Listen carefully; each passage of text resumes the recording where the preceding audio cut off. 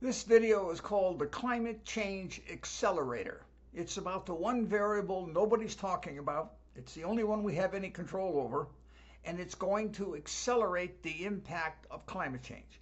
As you've probably noticed, the climate events are becoming more and more severe, and they're becoming closer and closer together, and eventually that's going to impact the variable. As an economist, I studied it in college in the late 60s, early 70s, and I studied it again, the economics of energy in the early 80s. It was never mentioned. No one ever said anything about it because it was built into our society. Well, it's still built into our society, but it's going to be impacted. And that variable is called optimism. Optimism is essential. It's required. We're a capitalistic society. We need people to spend money in order for our capitalistic society and our civilization to continue. But no individual, no household, and no corporation spends money and makes a capital expenditure unless they feel halfway optimistic about something taking place in the future. Climate change is beginning to impact the optimism of a lot of people. That guy in the White House, what's his name, Donnie Moptop? Oh, he's not impacted at all because he just doesn't have enough brain power to even understand what it is. So he would rather ignore it. A lot of people go to my social media sites, a lot of men, almost exclusively men, I think it is exclusively men, and they make snide remarks. Climate change isn't happening. You're a joke. Have you heard about chemtrails?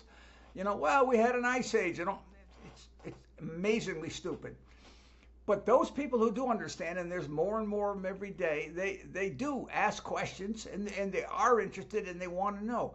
I believe their optimism is beginning to be impacted. And there are other things taking place besides climate change. There's what's going on in our government. There's the geopolitical situations. There's what's going on with China, with Russia, with the Palestinians. So there's a lot of stuff. It's making people a little uneasy.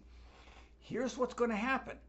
As the optimism erodes even further, people are going to begin to spend less money. Some would say it's happening in some places already, but it is going to happen.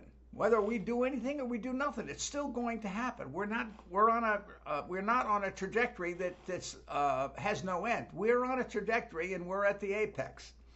All right. So when people spend less, then the tax base shrinks. Companies fail. Small ones go out of business. People are spending less. All of these things contract the tax base. When the tax base shrinks, social services have to shrink. And when social services shrink, we start to suffer in areas of medical, fire, police, infrastructure, sanitation, road repair. All of these things require public funding. They're going to begin to shrink. And when that happens, that impacts optimism even further.